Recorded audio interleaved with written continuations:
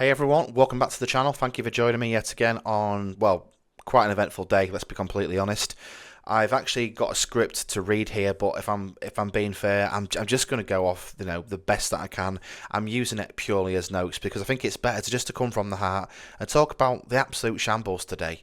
If you're not sure what I'm talking about, you all know the government's been making decisions on the welfare bill, the cuts, and so on. If you're not sure, you've been living under a rock. Get out of that rock and get on, just live basically. Today at 12:30, the House of Commons has been, let's say, very lively. Fierce debates were going on, up until very late this evening, to try and, stop this bill, basically, which would push 150,000 people, including children, into poverty. But there's been quite a bit of a shock twist. Free shock twist, actually. In the final few hours of the debate, Labour had tried to throw in more concessions in a last-ditched effort to sway the rebel MPs to vote in favour with them.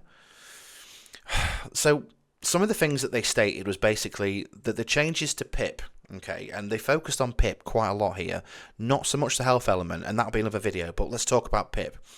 They initially stated now that Stephen Timms, the Minister of State for Social Security, would lead a full review into personal independence payment in November 2026. And then therefore, if the decision is then made to introduce more tightening of the restriction, shall we say, it wouldn't happen till 2027. So in reality, they've delayed it by a year. That's what I'm getting from this anyway, okay? In a final act of desperation, that's the best way I can see it, and damage control, they then confirmed before the final vote they would remove PIP entirely from the bill, gone out, not to be touched, not now at least.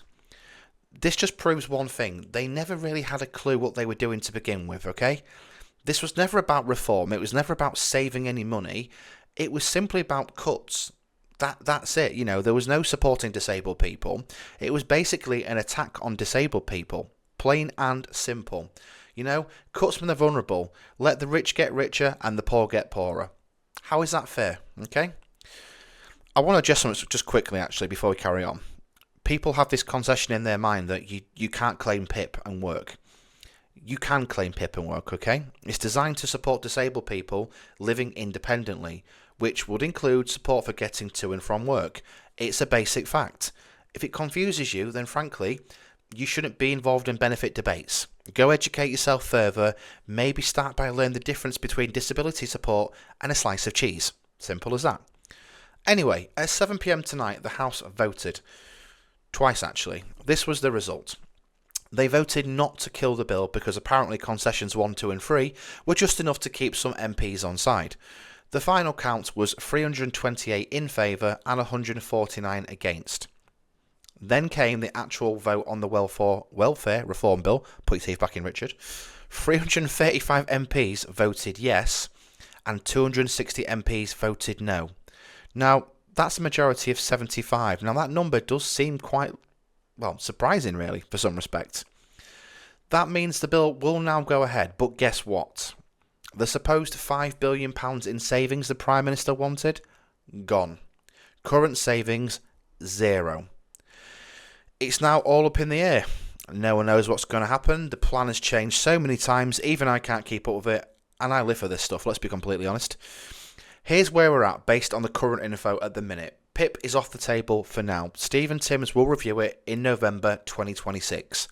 Only after that will the decision be made about tightening the criteria and then implementing the 4-point rule for PIP, potentially again from November 2027 this time. So they've really done it. They've delayed the original plan, basically. That's it. The sword still hangs. People are still left in limbo, unsure of what's next.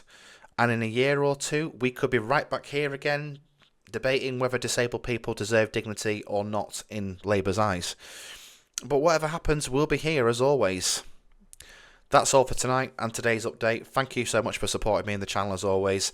If anything else comes out, all leaks, I'll be back in the week with more info. Please consider liking, subscribing, sharing it with anybody you want to know the truth. It's great. Thanks for your support and yeah, stay strong. Stay aware and don't let them walk all over you guys. Have a great week ahead.